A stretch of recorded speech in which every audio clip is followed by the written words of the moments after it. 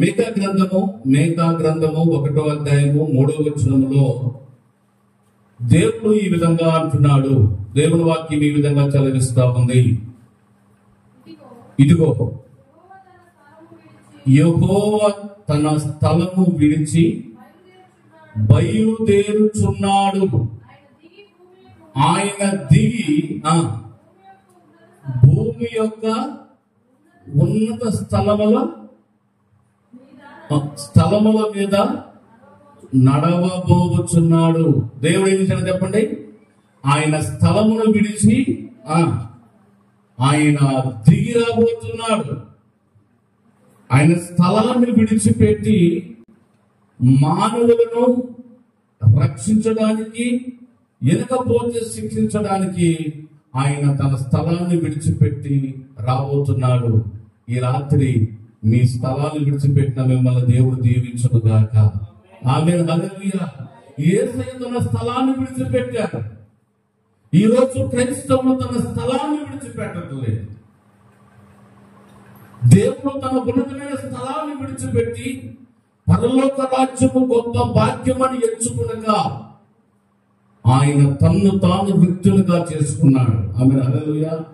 ఈ రోజు ప్రార్థన అంటే పారిపోయే రకాలు చాలా మంది ఉన్నారు. ఆమేన్. ప్రార్థన అనేసరికి ఎప్పుడు పోవాలా అని ఎదురు చూడాలి. అది దేవుడే తన స్థలాన్ని విడిచిపెట్టి వస్తే మన పడకలు విడిచిపెట్టలేకపోతున్నాం, మన పనులు విడిచిపెట్టలేకపోతున్నాం, మనం చేసే పనిని విడిచిపెట్టలేకపోతున్నాం. 12 మంది శిష్యుల్ని పిలిచినప్పుడు యేసు ప్రభు తన జీవనోపాధి అయిన వలలు విడిచిపెట్టారు, దోణిలు విడిచిపెట్టారు. మరి మనం ఏం విడిచిపెట్టలేకపోతున్నాం? ఆమేన్, హల్లెలూయా. ఈ రాత్రి మనం ఏం విడిచిపెట్టావో నీవు ఈ రాత్రి అనేది నీకు ఈ రోజు దేవుడు మాట్లాడబోతున్నాడు. ఒక కుటుంబంలో కుటుంబాలు పాడవడానికి, కుటుంబాలు చెదిరిపోవడానికి, కుటుంబాలు చెల్లాచెదరవడానికి, కుటుంబాలలో నెమ్మది లేకుండా ఉండడానికి, కుటుంబాలలో అసమాధానం రావడానికి సాతాను పెట్టే ఆ ప్రయోగాలు ఉన్నాయే, అవి తెలియక చాలా మంది కుటుంబాలు విచ్ఛిన్నమవుతున్నాయి. దేవునికి స్తోత్రం కలుగును గాక. హల్లెలూయా. ఈ రోజు ఒక చిన్నదే కదా అనుకుంటాం మనం, ఒక చిన్నదే కదా, చిన్నదాని వల్ల మనకి ఏమవుతుంది అనుకుంటాం. ఆ చిన్నది ఒక కుటుంబాన్ని పాడు చేయగలదు. మత్తయి సువార్త 19వ అధ్యాయం 29వ వచనాన్ని చూస్తే అన్నదమ్ములనైనను, అక్క చెల్లెలనైనను, తండ్రినైనను, తల్లినైనను, భూములనైనను, ఇండ్లనైనను విడిచిపెట్టిన ప్రతి వాడు. ఆమె గట్టిగా స్తోత్రం చెప్తారు అనుకున్నాను. ఆమేన్, హల్లెలూయా. ఇంకా కొంచెం గట్టిగా చెప్తారని ఆశపడ్డా. ఆమేన్, హల్లెలూయా. ఏంటంట? ఇండ్లను, భూములను విడిచిపెట్టిన ప్రతి వాడు 100 రెట్లట. ఆమేన్, హల్లెలూయా. రాత్రికాల సమయంలో రాత్రి ప్రార్థన అంటే చాలా మంది రారు, విడిచిపెట్టలేరు, ఇళ్ళని విడిచిపెట్టలేరు. 100 రెట్ల ఆశీర్వాదం ఎలా వస్తుంది చెప్పండి? రాత్రి ప్రార్థన అమ్మో నేను కొద్దాపులు పనిచేశాను, ఈ రాత్రి ప్రార్థన అంటే అయ్యగారు ఎప్పుడు వదులుతాడో ఏమో, ఎప్పుడు వదలాలన్నా, ఎప్పుడు బంద్ చేయాలన్నా, ఎప్పుడు కంటిన్యూ చేయాలన్నా ఇది నా ఆధీనంలో లేదు, ఒక మనుషుల ఆధీనంలో ఉండదు. పరిశుద్ధాత్మ దేవుడు నిన్ను ఎంతవరకు నీకు అవసరమో మాటలు అంతవరకు తీసుకెళ్తాడు. భూములైనను, ఇళ్ళైనను, అన్నదమ్ములైనను, అక్కచెల్లెలను, దేనినైనను దేవుని కోసము విడిచిపెట్టిన ప్రతి వాడు 100 రెట్లు పొందుకుంటాడు. విడిచిపెట్టమంటే అది తెలిపేసుకోవడం కదా అని అర్థం. ఇదేంటయ్యా బంధుత్వం తెలిపేసుకోమంటారా అని దాని అర్థం అట్లా కాదు. అలా పెడార్థాలు ఏమాకండి. దేవుని స్తోత్రం. బంధుత్వాన్ని చెప్పుకోమని దేవుని వాక్యం చలవివ్వట్లేదు. దాని అర్థం ఏంటంటే దేవుణ్ణి ఆరాధించవలసిన సమయంలో సమస్తమును విడిచిపెట్టాలని దాని అర్థం. దేవుని ఆరాధించవలసిన సమయంలో సమస్తమును విడిచిపెట్టాలి. దేవుని ఆరాధించే సమయంలో నీకు లాభకరమైన ఏదున్నదో దాన్ని విడిచిపెట్టమని చెప్తుంది దేవుని వాక్యం. హల్లెలూయా. ఒకవేళ నీకు ఆదివారమే ఏదన్నా పని కలిగింది అనుకోండి, ఎవరి కోసం అంట? ఆయన నామమున ఏం చేయాలంట? ఆయన నామమున మీరు రిప్లై ఇస్తేనే నేను సప్లై చేస్తా. ఆమె హల్లెలూయా. మీరు రిప్లై ఇవ్వకపోతే నేను సప్లై చేయలేదు. చెప్పండి. ఆయన నామములో విడిచిపెట్టాలా? ఆదివారమే చెప్తాడు. సాధారణంగా మిమ్మల్ని పాడు చేయడానికి ఎంత కావాలి చెప్పండి. బిందెడ పాలల్లో ఉన్నారా లేదా? బిందెడ పాలల్లో ఒక నిమ్మకాయ చొక్కేస్తే సరిపోదా అవన్నీ ఇరిగిపోవడానికి? నీ కుటుంబము విచ్ఛిన్నం అవడానికి, నీ కుటుంబము పతనం అవడానికి, నీ కుటుంబంలో అసమాధానం రావడానికి ఒక చిన్న లోపం చాలు, నీ దగ్గర ఉన్న బలహీనత చాలు నీ కుటుంబం విచ్ఛిన్నం అవడానికి. ఆమేన్ హల్లెలూయా. చెప్తాను. మత్తయి సువార్త 12వ అధ్యాయంలో మీతో మాట్లాడబోతున్నాను. ఇంకొకరు చూడండి, రూతు గ్రంథాన్ని 2వ అధ్యాయం 11వ వచనం చూడండి. ఒకళ్ళే మత్తయి సువార్త 12వ అధ్యాయం తీయండి, ఇంకొకరే రూతు గ్రంథం 2వ అధ్యాయం 11వ వచనంలో ఇక్కడ ఒక చక్కని మాట రూతు ఏం చేసిందో చెప్తాను మీకు ఈరోజు. ఆమేన్. చూడండి, 2వ అధ్యాయం రూతు గ్రంథం 2వ అధ్యాయం 11వ వచనం. నీవు నీ తల్లిదండ్రులను నీ జన్మభూమిని విడిచి ఇంతకు ముందు నీవు ఎరగని జనం దగ్గరికి వచ్చావు. దేవుని స్తోత్రం కలిగిన గాక. రూతు ఎంత ఉత్తమమైన స్త్రీగా తెలుసా మీకు? రూతు ఆమెకి ఉత్తమ అవార్డు ఇవ్వచ్చు ఆమెకి. ఎందుకంటే తన జన్మభూమిని విడిచిపెట్టింది, తన యొక్క వృత్తిని విడిచిపెట్టింది, తన యొక్క తల్లిదండ్రుని విడిచిపెట్టింది, తన తోబుట్టులందరినీ విడిచిపెట్టి భర్త చనిపోయినా అత్తను అతుక్కుందాట. దేవుని స్తోత్రం ఉందా? భర్త చనిపోయినా, పిల్లలు లేకపోయినా తల్లిదండ్రుని జన్మభూమిని విడిచిపెడుతున్న అత్తను హత్తుకుందాట. నీ జనం అత్తయ్య, నువ్వు నన్ను బొమ్మనొద్దు అత్తయ్య, నీవు నా జనం దగ్గర ఉండమనొద్దు అత్తయ్య, నీ జనమే నా జనము, నీ కుటుంబమే నా కుటుంబము, నీ దేవుడు నా దేవుడు, నీవెక్కడుంటే నేను ఎక్కడే ఉంటాను, నువ్వు ఎక్కడ చేస్తే నేను ఎక్కడ చేస్తాను. ఎంతమంది కోడళ్ళు ఉన్నారు ఈ రోజు అలాగా. ఆమె హల్లెలూయా. మీరందరూ ఒక రూతుగా మారుదురు కాక. మీరు ఆమె చెప్తారేమో ఆశపడ్డా. ఆమె హల్లెలూయా. మీరందరూ ఒక రూతుగా మారుదురు కాక. ఆమె హల్లెలూయా. అత్తలైతే నయమిలా కూడా మారండి. ఆమె హల్లెలూయా. నయమిలా కూడా మారాలి అత్తలు. ఆమె రూతులాగా మీరు మారినప్పుడు అత్త కూడా ఏం చేయాలా? మళ్ళీ అత్త అహంకారం చూపివాక నా కూడా కోడల అహంకారం చూపించుద్ది. ఇద్దరి మధ్య అట్టుంటదిగా. ఆమె హల్లెలూయా. కాబట్టి ప్రభునందు ప్రియులారా, రూతు తన జన్మభూమిని విడిచిపెట్టి, తన స్వస్థలాన్ని విడిచిపెట్టి, తన రక్త సంబంధాలు విడిచిపెట్టి, తన తల్లిదండ్రులను విడిచిపెట్టి, ఇంకొక గొప్ప ఉద్యోగాన్ని విడిచిపెట్టింది. ఆమె రూతు గురించి చాలా మందికి తెలియదు. ఆమె హల్లెలూయా. రూతు ఆమె ఒక రాజుగారి కుమార్తె. ఎవరు చెప్పండి? వాళ్ళ నాన్నగారు ఆశామాస వ్యక్తి కాదు, వాళ్ళ నాన్నగారు మామూలు వ్యక్తి కాదు. వాళ్ళ నాన్నగారు మోయాబు దేశానికే రాజుగారి కుమార్తె ఈ రూతు. ఒకగాని ఒక గారాల పట్టి. ఎందుకంటే మనం ముద్దొచ్చిన విధానంతో అబ్బ నా బిడ్డ ఎంత గారాల పట్టి. అదే హల్లెలూయా. గారాల పట్టి ఒకగాని ఒక కుమార్తె. మోయాబు దేశానికి యువరాణి, రాజుగారి కుమార్తె యువరాణి. అప్పట్లో మోయాబు దేశంలో ఉన్న ఆచారం ఏంటంటే, రాజుగారి యొక్క రక్త సంబంధులు, రాజుగారి కడుపును పుట్టిన వారు మాత్రమే పూజార్చనం చేయాలి. యాచకత్వం అంటారు దాన్ని, మన భాషలో యాచకత్వం. హిందూ ప్రకారం చూస్తే పూజారి ప్రధాన అర్చకుడు. ఈ రూతు రాజుగారి యొక్క కుమార్తె కనుక అక్కడున్న దేవత గుడిలో ఆమె పూజారిగా పనిచేసింది. ప్రథమ పూజారి. ఏ పూజ చెప్పండి? ప్రథమ పూజారి. పూజారులందరిలో పెద్దది అర్థం. ఆమె హల్లెలూయా. ప్రథమ పూజారి. ఆ దేవతకు సంవత్సరానికి ఒకసారి గొప్ప జాతర జరుగుతుంది. సంవత్సరానికి ఒకసారి గొప్ప జాతర జరుగుతుంది. రూతు చేతుల మీద గుండా ఎంతమందిలో చిన్న పిల్లలను బలిచ్చింది. ఆ దేవత చెప్పండి, ఎంతమందిలో చిన్న పిల్లలను బలిచ్చిందట. ఆ దేవతకు బలిచ్చి చేతుల మీద వేసి తగలబెట్టేవాళ్ళు. ఆ దేవత ఇంత పట్టుండదు చేతులు. ఆ దేవత మెడకాయ కోసిన తర్వాత ఆ శవాన్ని ఆ పిల్లల్ని చేతిలో పెట్టి కింద మంట పెట్టి తగలబెట్టేవాళ్ళు. ఇలాంటి ఆచారం సంవత్సరానికి ఒకసారి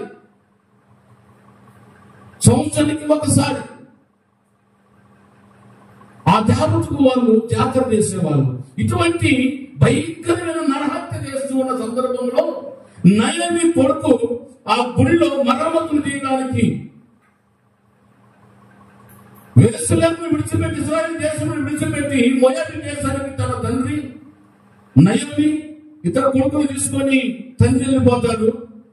ఆ దేశంలో ఆ గుడిలో చిదరమైపోయిన వస్తువులన్నీ బాగు చేయడానికి శిల్పకారులు వీళ్ళు.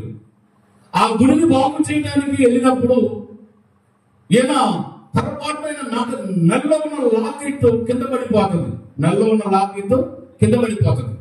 ఆ లాకెట్ లో ఏముంటుందంటే 10 ఆజ్ఞలు ఉంటాయి. 10 ఆజ్ఞలు పలకుంటుంది ఆ లాకెట్ లో. ఆ 10 ఆజ్ఞలు పలకన లాకెట్ చూసిన తర్వాత ఏమో రాణిగారు కదా, మరి ఏమో ఏం చెప్తుంది చెయ్యాలి. వచ్చేది ఏంటి లాకెట్ ఏం చెప్తుంది అని అంటారు. తీసి ఓపెన్ చేస్తాడు. అందులో 10 ఆజ్ఞలు రాయబడి ఉంటాయి ఆ లాకెట్ లో. ఈ 10 ఆజ్ఞలు రాయబడి ఏంటి అది చదువు అని అంటే అందులో ఆయన 2 మాటలు చదువుతాడు. నరహత్య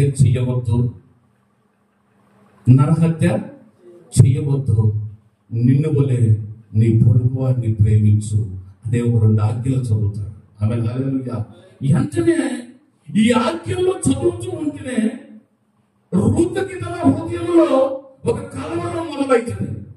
ఈ ఆజ్ఞలు చదువుతుంటే రూతు హృదయం మార్చబడడానికి సిద్ధమవుతూ ఉంటుంది. ఈ ఆజ్ఞలు చదివిన వెంటనే రూతులో ఒక ఆలోచన మొదలవుతుంది. అయ్యో, ఈ రోజుల్లో పూజారి పనిచేస్తున్నప్పుడు ఎంత మంది చిన్న పిల్లలను ఈ చేతుల మీద చంపేశాను నేను అని తన గదిలోకి వెళ్ళిపోయి ఏడవటం మొదలు పెడతాదంట. ఆమె హల్లెలూయా. ఏడుస్తూ ఉంటే తన హృదయం పశ్చాత్తాపంతో నిండబడి ఉంటే ఒక రోజు ఏం చేస్తుందంటే పరిగెత్తుకుంటే నయోమి ఇంటికి వెళ్తుందేమో. ఎవరింటికి? నయోమి ఇంటికి వెళ్తుంది. నయోమి ఇంటికి వెళ్ళి ఆ వాక్యాన్ని చదివిన ఆ వ్యక్తి అంటది, నీకు ఇష్టమైతే నన్ను పెళ్లి చేసుకుంటావా అంటది. యూదులకు అన్యులకు సాంగత్యం లేదు. ఎప్పుడు కూడా యూదులకు అన్యులకు సాంగత్యం లేదు. అందులో మోయాబీలకు అసలే లేదు. మోయాబీలు శపించబడిన వారు, మోయాబీలు వేశ్యలతో నిండిన వారు. మోయాబీ దేశంలో వేశ్యల గృహాలు ఉంటాయి. మోయాబీ స్త్రీలు అందరూ వేశ్యలై ఉన్నారు. ఇందులో మరి ఎవరు మాత్రం ఎలా నమ్ముతాం? ఏమో కూడా అలాగే అనుకుంటారు కదా. అయితే వాస్తవానికి అయితే రూతు చాలా పవిత్రమైనది. కాకపోతే నరహత్య చేయడం వల్ల పాపం చేస్తున్నారు.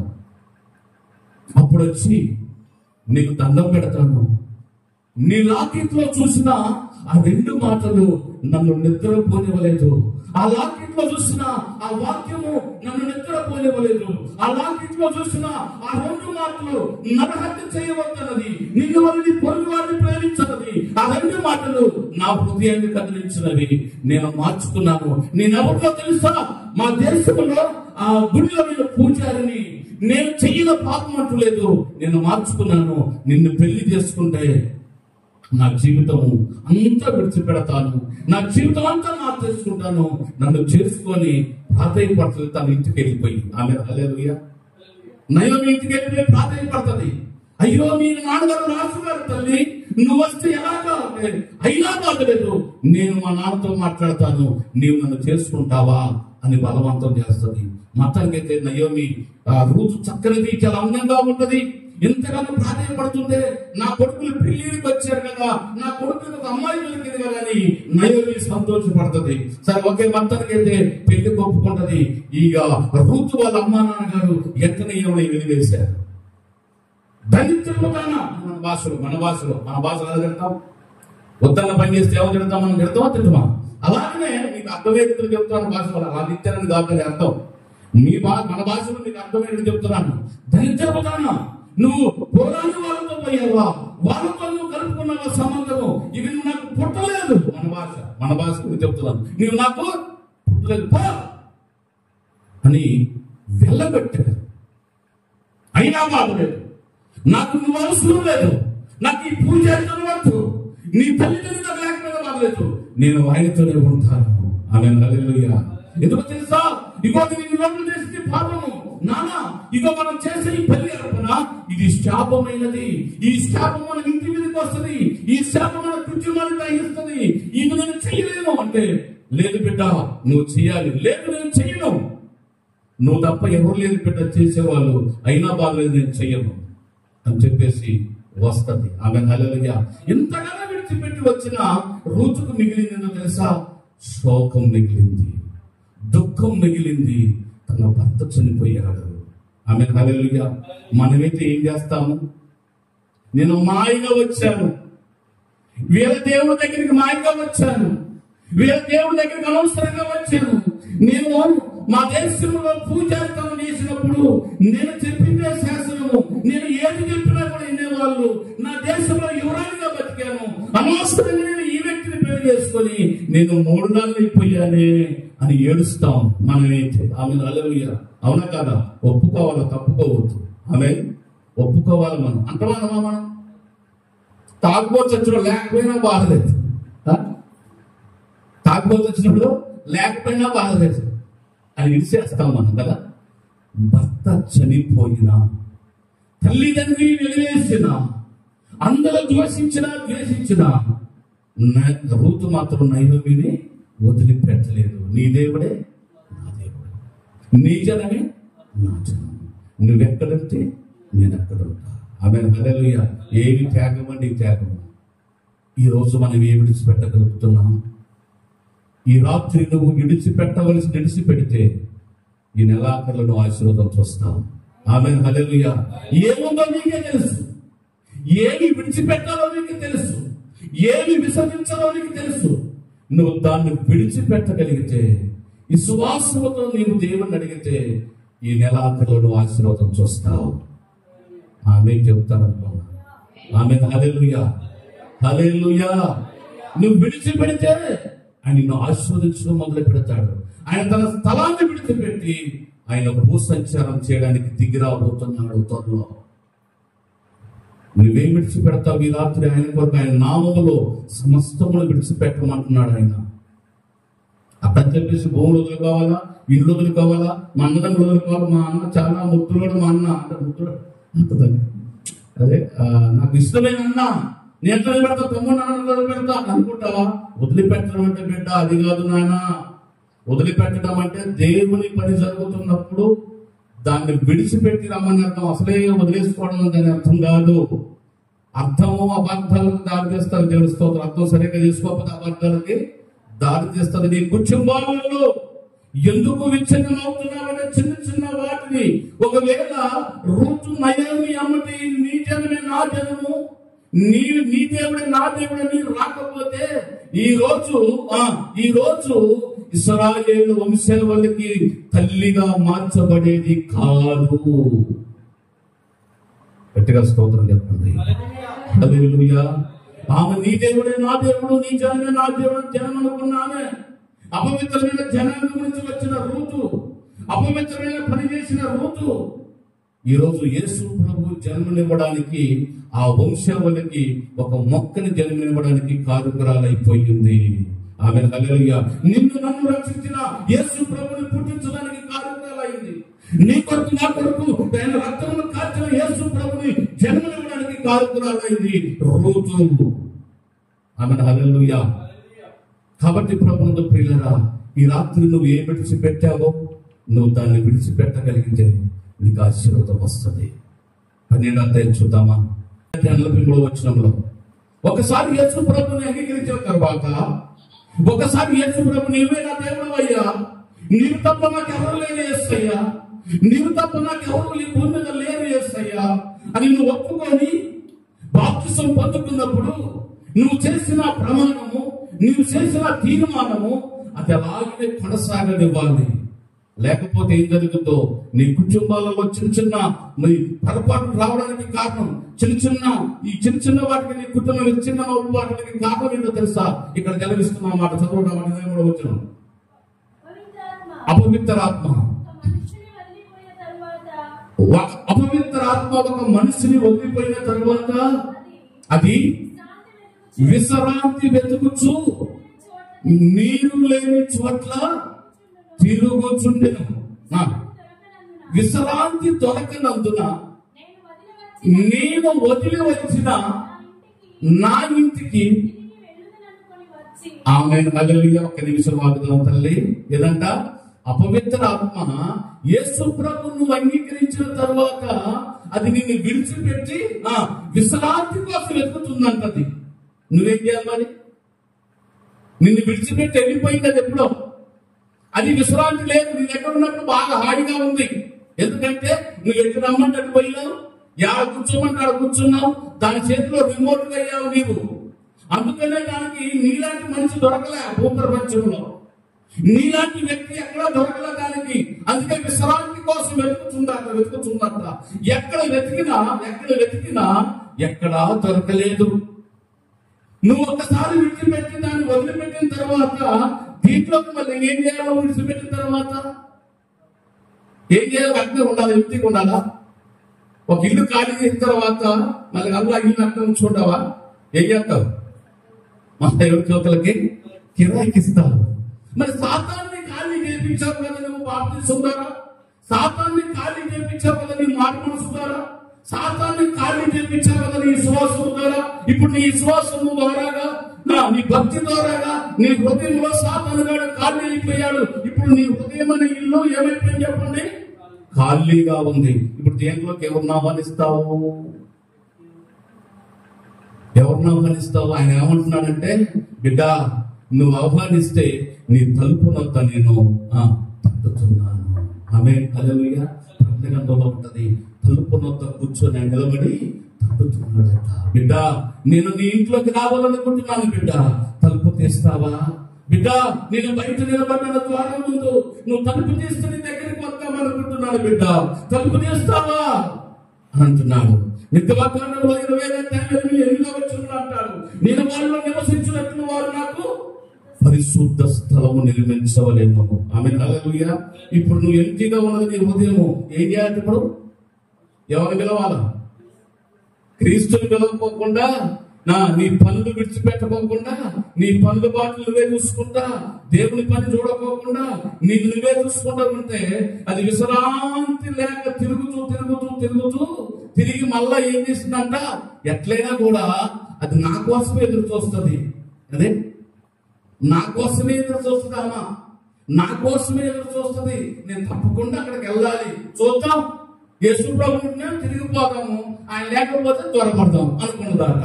అనుకొని చూస్తే వచ్చి చూసరికల్లా ఆ ఇల్లు ఏమైపోయింది? ఖాళీగా ఉందట. ఆమె హల్లెలూయా. విడిచిపెట్టలేదు, దేవుని తీసుకోలేదు. ఏం చేయాలంటుందా ఆ పరిస్థితి? అయోమయ స్థితిలో ఉంది. ఆమె హల్లెలూయా. అందుకనే సాతాను గారు ఇంటి ముందుకు వచ్చి యేసు ప్రభు కొట్టినంత సేపు కొట్టాడు, కొట్టినన్ని రోజులు కొట్టాడు. నువ్వు తలుపు తీస్తావేమో ఎదురు చూశాడు, నువ్వు తలుపు తీయలేదు. నువ్వు ఎంత పిలిచినా ఆయన స్వరమును వినలేదు. నువ్వు ఎంత నిన్ను పిలిచినా ఆయన మాట నువ్వు పట్టించుకోలేదు. నువ్వు తలుపు తీయకపోయేసరికి కొట్టి ఆయన ఏం చేశాడు చెప్పండి? నీ ఇల్లు ఖాళీగా ఉన్నది చూశాడు సాతాను, మళ్ళా పరిగెత్తుకుంటూ వచ్చాడు. ఆమె హల్లెలూయా. ఒక ఊర్లో ఒక తండ్రి కూతురు, ఒక తండ్రికి ఒకటే కూతురు ఉందంట. ఆయన చాలా ధనవంతుడంట. ఆయన అనుకున్నాడంట నా బిడ్డను పెళ్లి చేసేటప్పుడు నా ఆస్తి ఎటు పోకుండా ఉండాలంటే నా బంధువులనే ఇవ్వాలి పిల్లని. ఏంటంట? ఆస్తి ఎటు పోకుండా ఉండాలని. బయటకి ఇస్తే ఏమేమి చెప్పండి? బయట వ్యక్తి ఆస్తి అనుభవిస్తాడు, వాడు తీసుకొని పోతాడు. నా బంధువులలో ఎవరో ఒకరికి ఇస్తే నా ఆస్తి అంతా వాడు ఉంచుకుంటాడు, వాళ్ళ దగ్గరే ఉంటుంది, నాకు కూడా బాగుంటుందని చెప్పేసి ఆయన స్వార్థంతో ఆలోచన చేశాడు. సరే, ఏదేమైనా స్వార్థమో నిజమో తర్వాత సంగతి కానీ ఆలోచన చేసి ఆ బిడ్డకు ఒక భర్తను ఎదగడానికి పరిగెత్తాడు. అంటే తిరుగుతున్నాడు. తిరగగా ఒక వాళ్ళ బంధువులలో ఒక అబ్బాయి కనపడ్డాడు. అమ్మయ్య, వాడు అందం సందం చూడలేదు, వాడు ఆస్తిపాస్తులు చూడలేదు, వాడి క్యారెక్టర్ ఎలాంటిదో చూడలేదు, వాడు ఎలాంటి వాడో చూడలేదు, వాడు తాగుపోతాడో తెలియదు, తిరిగిపోతాడో చూడలేదు, వాడు ఎలాంటివాడో తెలియదు, వాడు ఎలాంటి వాడో తెలియకోకుండానే అమ్మయ్య నాకు బంధువు దొరికాడు అనే సంతోషం ఉంది. హల్లెలూయా. నా బంధువు దొరికాడు అనే సంతోషం మీద మత్తరికైతే సంబంధము కుదిరించి బిడ్డకు పెళ్లి చేసి అత్తానికి పంపించాడు. పంపించిన తర్వాత కొన్ని రోజులకు అసలు స్వరూపం బయటపడింది. మేకప్ పెడితే వర్షం వచ్చినాక తెలుసుందంట అందం.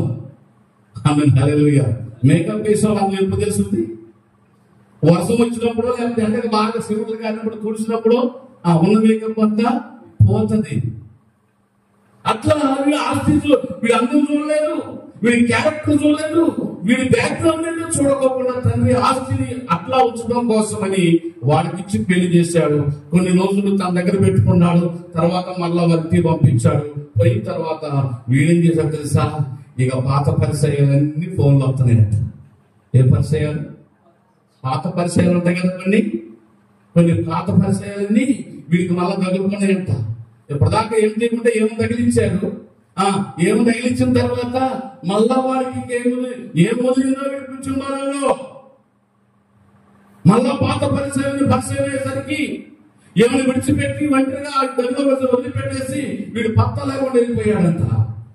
భర్త మీద మనతో నీళ్లు లేదు, మేత లేదు, బాగా చిరిచిపోయి మంచానికి అంకితమైపోయిందంట ఈ అమ్మాయి. భర్త లేదు, కట్టుకున్న భర్త విడిచిపెట్టిపోయాడు. ఒంటరిగా ఉన్నాను, నా బతుకేం ఇలాగ అయిపోయింది, మా నాన్న ఇలాంటి వాడు తగిలించాడు, నా బతుకు ఇలాగ అయిపోయిందని ఏడుస్తూ తల్లి దగ్గరికి రాలేక, భర్తను ఎతకలేక అన్నం నీళ్ళు మానేసి ఆమె మంచానికి అంకితమైందంట. ఒకరోజు తండ్రికి తన బిడ్డ మీద గుర్తుకొచ్చి, నా బిడ్డ ఎలా ఉందో చూద్దామని గుర్తుకొచ్చి ఇంటికి పోయాడంట. ఇంటికి పోతే బిడ్డ మంచంలో పక్కగా మంచంలో టీవీ పేషెంట్ లాగా మంచానికి అతుక్కొని పోయిందంట. మంచంలో పడుకున్నాక ఎలాగో ఎట్లా బాగా రోగిష్లాగా అయిపోయిందంట. మంచిగానే ఉంది కానీ రోగిష్లాగా అయిపోయిందంట. చూశాడంట, తండ్రి హృదయము బద్దలైపోయిందంట. ఆమె హల్లెలూయా. తల్లి బిడ్డను చూశాడు. అయ్యో, నా బిడ్డకి ఇంత ఆస్తి ఉంది, నా బిడ్డను ఇలా విడిచిపెట్టాడండి, ఏం జరిగిందని తండ్రి అయోమయ స్థితిలో ఉండి గుండె అయినట్టు అయిపోయిందంట. లేపాడంట.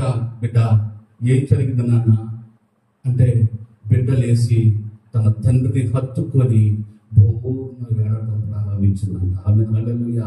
నాన్న, నువ్వు నా బంధువు కావాలని నువ్వు చేసేవాడిని, వీడికి లేని అలవాట్లు అంటూ లేవు నాన్న, వీడికి లేని అలవాట్లు లేవు నాన్న, నేనే భార్యని కాదు నాన్న, ఇంకా ఇద్దరు అమ్మాయిలతో ఎఫ్ఐఆర్ పెట్టుకున్నాను. వీడు నేను ఒక్కదాన్ని కాదు నాన్న, ఇంకిద్దరు అమ్మాయిలతో మీరు ఎఫ్ఐఆర్ పెట్టుకున్నాను నాన్న.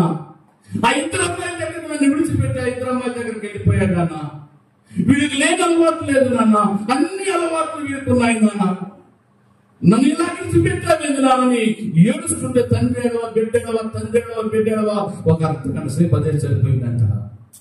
అన్నాడంట, బిడ్డ సరిగ్గా మీరంటే వాడిని నేను తర్వాత చూసుకుంటా, నువ్వు త్వరగా రెడీ అవ్వు, మన ఇంటికి వెళ్ళిపోదాం, త్వరగా రెడీ అవ్వు, మన ఇంటికి వెళ్ళిపోదాం అని తీసుకుపోయాడంట. బిడ్డని ఆదరించి ఆదుకొని మంచిగా పుష్టికరమైన ఆహారం పెట్టి, బిడ్డ నువ్వు మనది పడమాకు, నేను నీకున్నాను అని భరోసా ఇచ్చాడంట.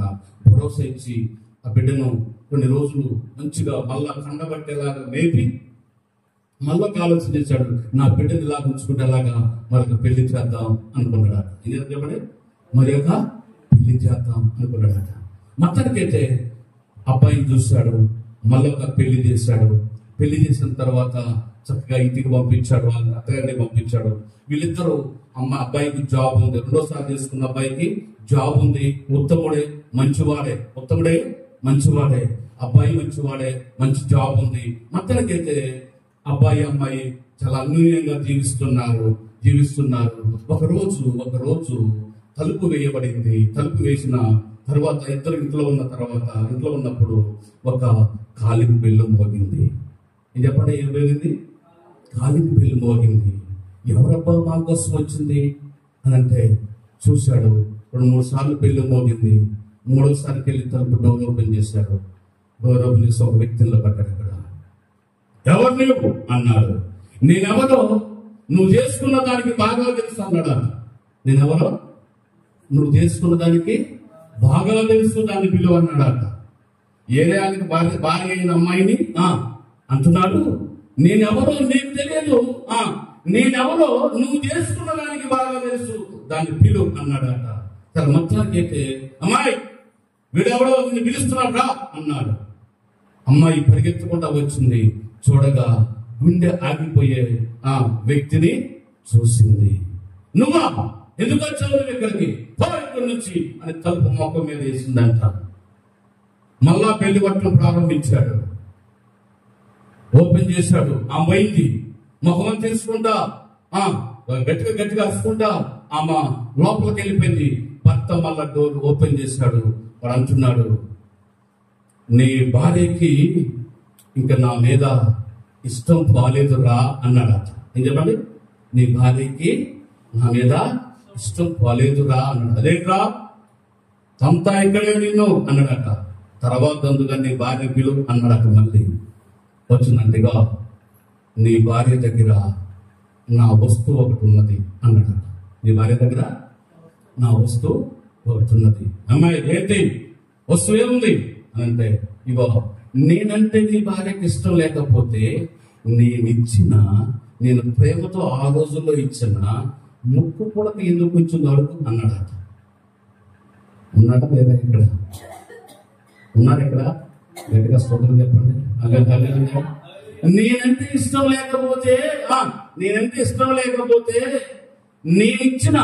నేనిచ్చిన ముక్కు పుడక ఎందుకున్నది అడుగు అన్నాడట. ఎంతసేపు కావాలి చెప్పండి కుటుంబాలు నాశనం కావడానికి? ఎన్ని కావాలి కుటుంబం నాశనం అవడానికి? ఎంత పెద్ద తప్పు చేయాలన్నా కుటుంబం నాశనం అవడానికి, కుటుంబం విడిపోవడానికి పెద్ద తప్పు చేయాలన్నా అవసరం లేదు. చూశాక మంచిగా ఉన్న ఈ వ్యక్తిలో అనుమానం మొదలైంది. ఎప్పుడు మంచిగా ఉన్న వ్యక్తిలో అనుమానం మొదలైంది కదా. విడాకులు తీసుకున్న తర్వాత అబ్బాయికి ఏది అవసరమో ఆ అబ్బాయి ఏమి ఇచ్చాడో అది ఇవ్వటమో మన ధర్మమా కాదా? ఇవ్వాలి కదా. ఏమో ముక్కుపొల్లు ఇవ్వలేదంట. అది అనుమానం మొదలైపోయి వీళ్ళు ఇంకా ఖర్చు పెట్టిన మాట్లాడేసరికి వీళ్ళు బాగా అనుమానం మొదలైపోయి, నిజమే కదా ఈ ముక్కు పుడక ఉంచుకున్నట్టే ఇంకా వాడితో ఎదురు చూస్తుందేమో అని ఇక వీడు ఏం చేసినట్టే కొట్టి మళ్ళా తల్లిగారింటికి ఎలగొట్టాడంట. ఫస్ట్ సంబంధానికి ఏడుస్తూ ఉంటే తండ్రి హత్తుకొని బిడ్డతో పాటు తండ్రి కూడా ఏడ్చాడు. ఈ రెండోసారి కూడా బిడ్డ ఏడ్చుకుంటే నాకు అన్యాయం జరిగింది నాన్న ఏడుస్తుంటే ఏంటమ్మా విషయము అని అన్నాడు. అంటే ఏం లేదు నాన్న, మా ఆయన అనుమానిస్తున్నాడు నాన్న, ఇగో ఈ ముక్కు పడుకుందని అనుమానిస్తున్నాడు నాన్న అంటే అన్నాడట తండ్రి. తండ్రి బిడ్డతో అతుక్కొని ఆడలేదంట. ఇక తండ్రి అంటున్నాడంట, బిడ్డ నువ్వు రోజు సబ్బు పెట్టుకొని ముఖం కడుక్కుంటున్నప్పుడు ఆ ముక్కు పొల నీ చేతికి తగలలేదా అన్నాడట. చెప్పండి, సబ్బు పెట్టి ముఖం కడుక్కుంటున్నప్పుడు ఆ ముక్కు పొల్ల నీ చేతికి ఎప్పుడు తగలలేదా బిడ్డ అన్నాడట.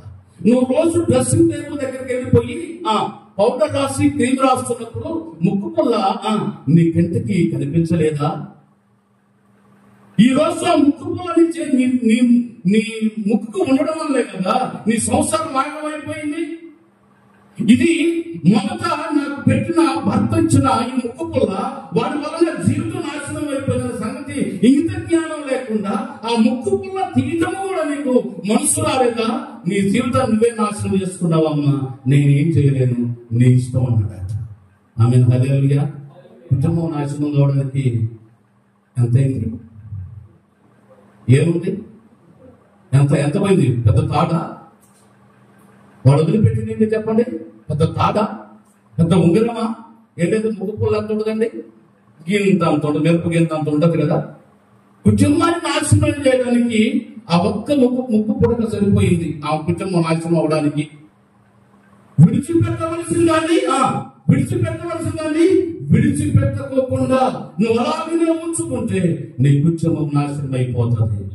నువ్వు యేసు ప్రభువుని నమ్మక ముందు ఏదైతే విడిచిపెట్టావో, ఏదైతే వద్దనుకున్నావో దాన్ని విడిచిపెట్టకపోతే మరలా సాతాను గాడు నేను విడిచి వచ్చిన నా ఇంటికి తిరిగి వెళ్ళేదని అనుకోని 24 చూద్దామండి. ఇది వెళ్ళింది అనుకోని ఆ ఇంట ఎవరు లేక అది ఊడ్చి అమర్చీనుగా చూసి వెళ్ళి తనకంటే చెడ్డబడిన 7 దయ్యములను వెంట పెట్టుకొని వచ్చును. అవి దానిలో ప్రవేశించి అక్కడనే కాపురముండును. అందుచేత ఆ మనుషుని కడపడ స్థితి మొదటి స్థితి కంటే ఆమేన్ హల్లెలూయా. గట్టిగా స్తోత్రం చెప్తారనుకున్నా. నిద్ర వస్తుందా? ఆమేన్ హల్లెలూయా. ఏం చెప్పండి? ఊడ్చి అమర్చి పెట్టిన ఇంటికి వద్దాం అనుకున్నారు. అది యేసు ప్రభు నీ జీవితంలోకి వస్తే, యేసు ప్రభు నీ కుటుంబంలోనికి వస్తే, యేసు ప్రభు నీ హృదయంలోనికి వస్తే ఇదంతా ఉంటుందా? మళ్ళా సాతానుడు వస్తాడా? అదే ఆ రోజు ముక్కు పుడక తన భర్తలో కనుక కొట్టేసినట్లయితే, అదే ఆ ముక్కు పుడక గిడాకులు కాయటంతో పాటు తన దగ్గర ఉన్న ముక్కు పుడక తన మొఖాన్ని కొట్టేసినట్లయితే ఈ రోజు 2వ భర్తతో నీ కాపురం సక్రమంగానే ఉండేది. ఒక ఆయన్ని విడిచిపెట్టావుగా, ఇప్పుడు యేసుని మనం అపహరించాముగా, సాతానుగానే విడిచిపెట్టాముగా, యేసు ప్రభుతో మనం ఉన్నాముగా, ఇంకా యేసు ప్రభుతో సంబంధం ఉండాలి కదా. నువ్వు అది చెయ్యకపోతే నువ్వు అనుకోవచ్చు నీ దేశం చిన్నదే కదా, ఇది నాకేం కాదు అనుకోవచ్చు. ముక్కు పుడక తన జీవితాన్ని నాశనం చేసింది. ఆ చిన్న ముక్కు పుడక తన కుటుంబాన్ని విచ్ఛిన్నం చేసింది. ప్రియా దేవుని బిడ్డ, సాతానుగాడు దేవునితో సంబంధాన్ని తెప్పివేయడానికి, దేవునితో సంబంధాన్ని పాడు చేయడానికి, దేవునితో నీకున్న సంబంధాన్ని తెంచివేయడానికి సాతానుగాడు ఏదో ఒక చిన్న సాకును చూసి నీ కుటుంబంలోకి ప్రవేశిస్తాడు. వాడి చాడలను కనుక్కోవాలి. ఆమేన్ హల్లెలూయా. మొదట భర్త చాడలను కనుక్కోనట్లయితే 2వ కాపురం ఎలా ఉండేది? 3 పువ్వులు 6 కాయలు ఉండేదేమో, 12 కాయలు కూడా ఉండేదేమో. ఎందుకంటే భర్త జాబ్ చేస్తున్నాడుగా. నువ్వు విడిచిపెట్టవలసిన విడిచిపెడితే నీ కుటుంబంలో సాతానుగాడు ఏమాత్రం ప్రవేశించడానికి అవకాశము ఉండదు. ఆమేన్ హల్లెలూయా. మరి రాత్రి మనం ఏం విడిచిపెడుతున్నాం?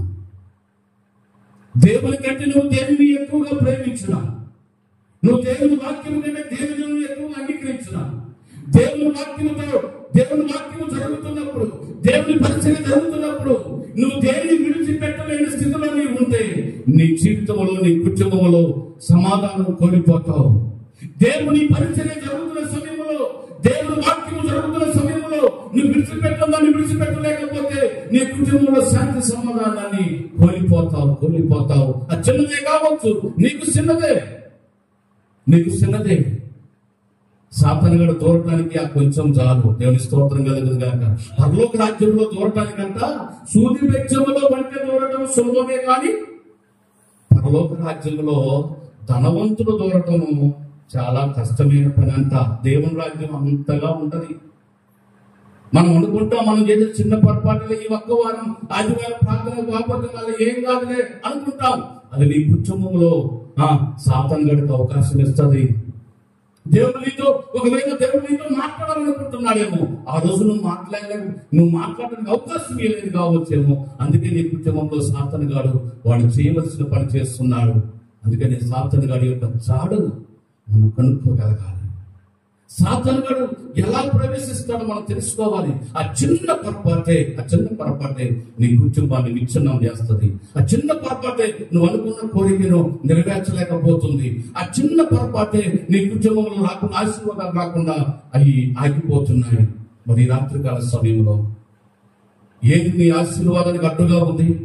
ఏది దేవునికి నిన్ను దగ్గరగా దేవునితో సంబంధాన్ని తెచ్చివేయడానికి ఏది నీ దగ్గర ఉన్నదో ఈ రాత్రి విడిచిపెడదామా? విడిచిపెట్టేటట్టయితే అందరం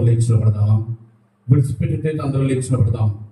ఈ రాత్రి దేవుడు నిన్ను దీవించాలని ఆయన ఆశపడుతున్నాడు. అది చిన్నదే. తండ్రి తన హక్కును తీర్చుకుంటున్నాడు. బిడ్డ మొదటిసారి తన ప్రమేయం లేకపోకుండానే పొరపాటు జరిగినందుకు తండ్రి క్షమించి తన హక్కును తీర్చుకున్నాడు. రెండవసారి తన పొరపాటు తెలుసుకోకుండా ఆ విడిచిపెట్టవలసిన దాన్ని విడిచిపెట్టుకోకుండా అది అలా ఉంచుకోవడం వలన తన కుటుంబము పాడైపోయింది, తన కుటుంబము విడిపోయింది, తన భర్తతో సంబంధం విడిపోయింది.